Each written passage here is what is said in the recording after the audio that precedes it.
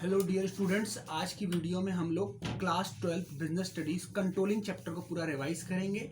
और मैंने इस चैप्टर को रिवाइज कराया है क्लास की ही एक बैच में। पहले मैं थोड़ा इसके बारे में लिखवाऊंगा आपको और उसी क्लास में मैं आपको समझाता हुआ जाऊंगा। तो जब आप इस क्लास को देखें तो I just requesting you to please open your notebook and as well as your book, और उसके अकॉर्डिंग जो जो मैं आपको डिक्टेट करूँगा आप लिख सकते हैं। अदरवाइज अपनी बुक से आप पढ़ के और उसमें पूरा कंसंट्रेट हो गया लेक्चर को देखो, और एंड में मैंने कुछ केस स्टडी आपको अटैच कर दी हैं, उसको आप देख सकते हैं, उसको सॉल्व कर सकते हैं। वीडियो के डिस्क्रिप्शन बॉक्स में मैंने कंट्रोलिंग की डिटेल वीडियो जो मैंने पढ़ाई है क्लास में वो डाल दी हैं, और कुछ और भी नोटिंग्स हैं related to your class 12 business studies, वो आप देख सकते हैं। Thank you so much. Class की रिकॉर्डिंग में चलते हैं, आ जाइए। चलिए शुरू करते हैं। कंट्रोलिंग का चैप्टर रिवाइज करते हैं फटाफट। लिखिए, कंट्रोलिंग मैक्सिमम 20 मिनट्स में खत्म हो जाना चाहिए मैक्सिमम। तो आप एक क्लास रिकॉर्ड करके उन्हें भेज दोगे? Controlling function of management, controlling function of management implies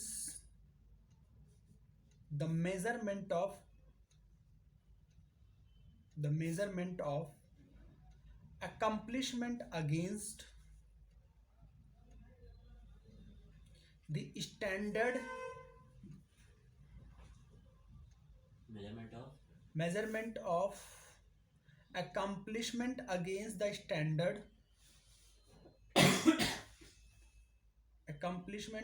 the standard and the correlation of deviation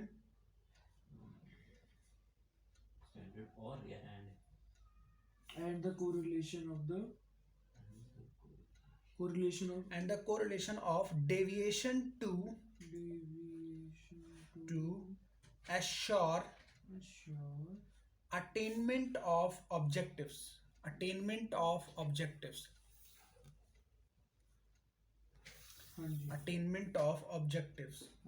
according to plans।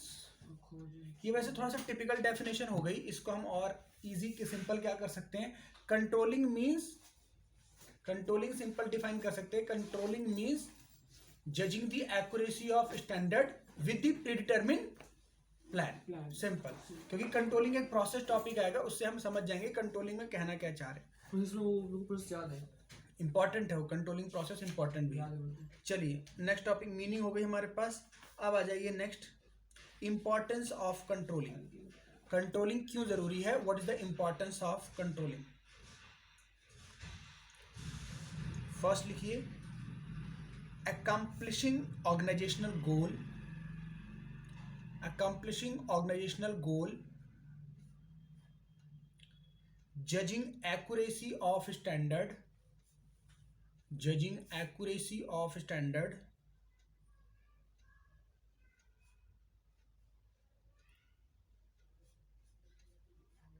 making efficient use of resources। ये एक पहला ऐसा पॉइंट आया जो किसी भी की इंपॉर्टेंस में लिख सकते हैं। 3-4 पॉइंट ऐसे हैं जो मैनेजमेंट के किसी भी फंक्शन की इंपॉर्टेंस में आप लिख देंगे तो कोई काट नहीं सकता। परवेसिव लिख सकते हैं, हेल्प इन अचीविंग ऑर्गेनाइजेशनल गोल लिख सकते हैं, ऑप्टिमम यूटिलाइजेशन ऑफ रिसोर्स लिख सकते हैं, है ना। एफिशिएंट यूज ऑफ, ये वही चीज हो गया, efficient use of resource. Next, ensure order and discipline. Ensure नहीं, हर जगह नहीं होगा। एंश्योर ऑर्डर एंड डिसिप्लिन, इसका एक क्वेश्चन पढ़ा था ना कि बताओ प्लानिंग और ऑर्गेनाइजिंग दोनों फॉरवर्ड बैकवर्ड लुकिंग। हाँ, वो रिलेशनशिप है, कर रहे हैं। नेक्स्ट लिखिए, इम्प्रूविंग एम्प्लॉय मोटिवेशन। नेक्स्ट लिखिए, इम्प्रूविंग एम्प्लॉय मोटिवेशन।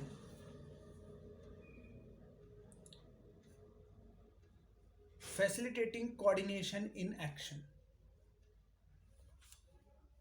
लास्ट से बोला आपने,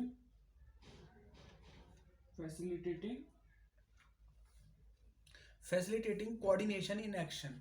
अब इसको ना आप एक कोड से कोरिलेट कर सकते हो। आप कोड लिख लो, हेडिंग के पास एक कोड लिख लो, MJ CEO, Michael Jackson 2 company में CEO बन गया, उसकी इतनी अच्छी कंट्रोलिंग प्रोसेस थी। अब MJ, M से बताओ क्या होना चाहिए। Making efficient use of resources. नहीं, इसको आप एम्प्लॉय, हाँ ठीक है, making efficient use of resources आप कर सकते हो। M हो गया, जे से जजिंग एक्यूरेसी ऑफ स्टैंडर्ड हो गया। J, C से आप क्या करेंगे, सी से आप कौन सा पॉइंट करेंगे? कोऑर्डिनेशन, कोऑर्डिनेशन मेन हो गया कोऑर्डिनेशन। उसके बाद ई से क्या करेंगे? Ensure order and discipline. और ओ से क्या हो जाएगा? अकम्प्लिशिंग ऑर्गेनाइजेशन गोल्स, ऑर्गेनाइजेशन ओ, ऑर्गेनाइजेशन गोल। ठीक है, ऑर्गेनाइजेशनल गोल अचीव हो जाएगा। ठीक है, ये हमारा हो गया MGCEO। Next important question of this chapter is relationship between planning and controlling. लिखिए, relationship between planning and controlling.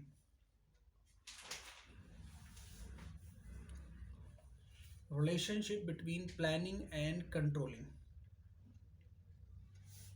पहला है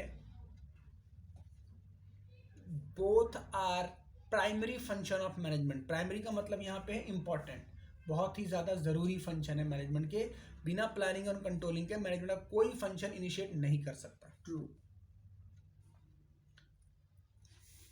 नेक्स्ट लिखेंगे both are forward looking. Primary के बाद planning and controlling both are forward looking. ठीक है। Next लिखिए both are backward looking. Planning and controlling future के लिए होती है, और दोनों ही प्लानिंग एंड कंट्रोलिंग हम पास्ट को देख के फ्यूचर में करते हैं।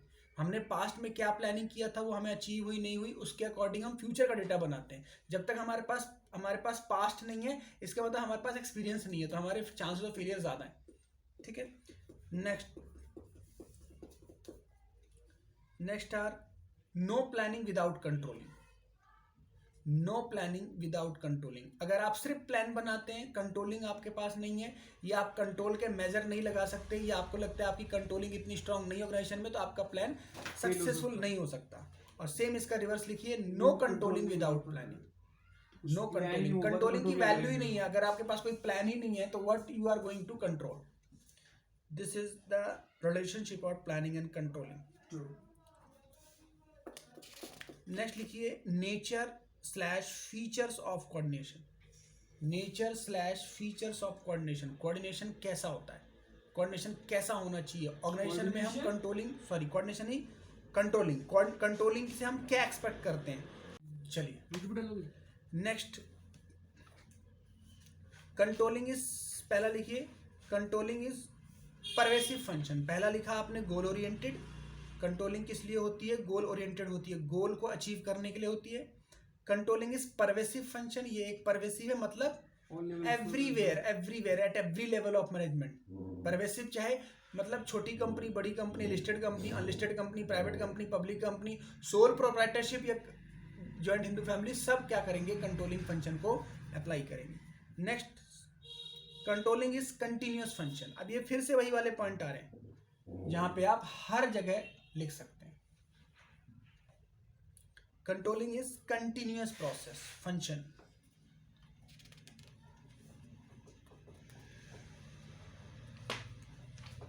Controlling is forward and backward looking. Controlling is backward and forward looking. Controlling future के लिए होती है, कंट्रोलिंग पास्ट के लिए होती है। पास्ट का मतलब है डेटा हम पास्ट को देख के एनालाइज करेंगे, तभी फ्यूचर का काम कर पाएंगे। और अगर हमारे पास पास्ट का एक्सपीरियंस नहीं है, तो हमारे चांसेस है कि हमारी कंट्रोलिंग फंक्शन फेल हो जाएगा। तो this is end of nature और features of controlling. Process, yes, most important topic of this chapter is process. Heading लिखिए प्रोसेस ऑफ कंट्रोलिंग या कंट्रोलिंग प्रोसेस। फर्स्ट है setting performance standard. Setting performance standard. पहला हम process क्या लगाते हैं? पहले हम अपना स्टैंडर्ड सेट करते हैं कि what actually we are going to achieve, है ना। अब इसके अंदर दो हो सकते हैं, आप हेडिंग ब्रैकेट में लिख लो, क्वालिटेटिव एंड क्वांटिटेटिव।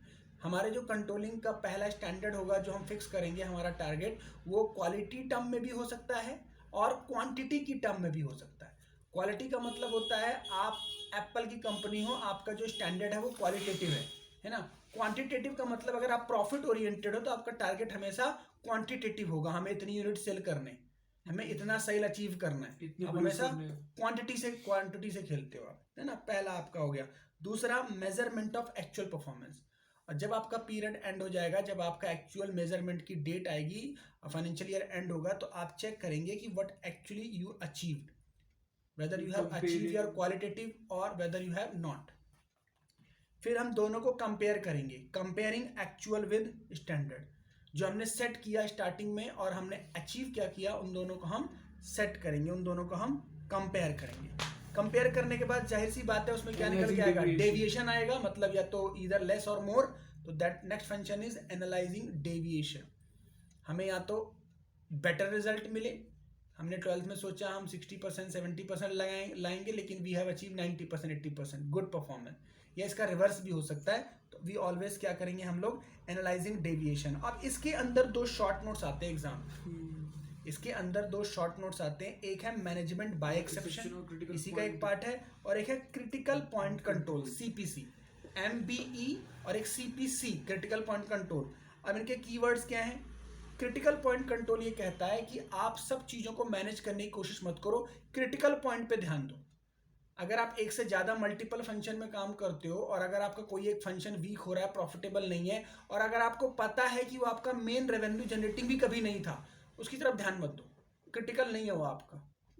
एमबीई क्या कहता है, अगर आप सबको ध्यान दोगे तो कुछ भी अचीव नहीं कर पाओगे, तो माइनर डेविएशन को हमें इग्नोर करना है, ये बोलता है एमबीई। आप एक टॉलरेंस लेवल सेट करो, उस टॉलरेंस लेवल तक अगर आपको डेविएशन आ रहे हैं that's okay, fine, leave it. मगर उस टॉलरेंस लेवल के बियॉन्ड अगर आपका रिजल्ट डाइवर्ट हो रहा है तो you should take necessary action immediately. MBE, management by exception says if you try to control everything result nothing. हर एम्प्लॉय को हम, हर ऑर्गेनाइजेशन को, हर सेगमेंट को हम प्रॉफिटेबल नहीं बना सकते, ठीक है। अगर हमें डेविएशन पता लग गए तो हम लास्ट स्टेप क्या लेंगे, टेकिंग करेक्टिव एक्शन। जाहिर सी बात है हमें किस चीज पे इंप्रूवमेंट करनी है, हमें एम्प्लॉय को ट्रेनिंग देना है, हमें ऑर्गेनाइजेशन को इंप्रूव करना है, हमें अपने खर्चों पे कंट्रोल करना है, हमें किस चीज पे एक्शन लेना है वो हमें लास्ट स्टेप बताएगा, टेकिंग करेक्टिव एक्शन। तो इस तरीके से जितना हमारे पास कंट्रोलिंग में है ये हमने पूरा रिवाइज कर लिया, meaning, importance, relationship, nature and features और कंट्रोलिंग प्रोसेस, राइट, ठीक है। अब इसकी जो केस स्टडी है वो हम लोग करते हैं। टेस्ट करोगे?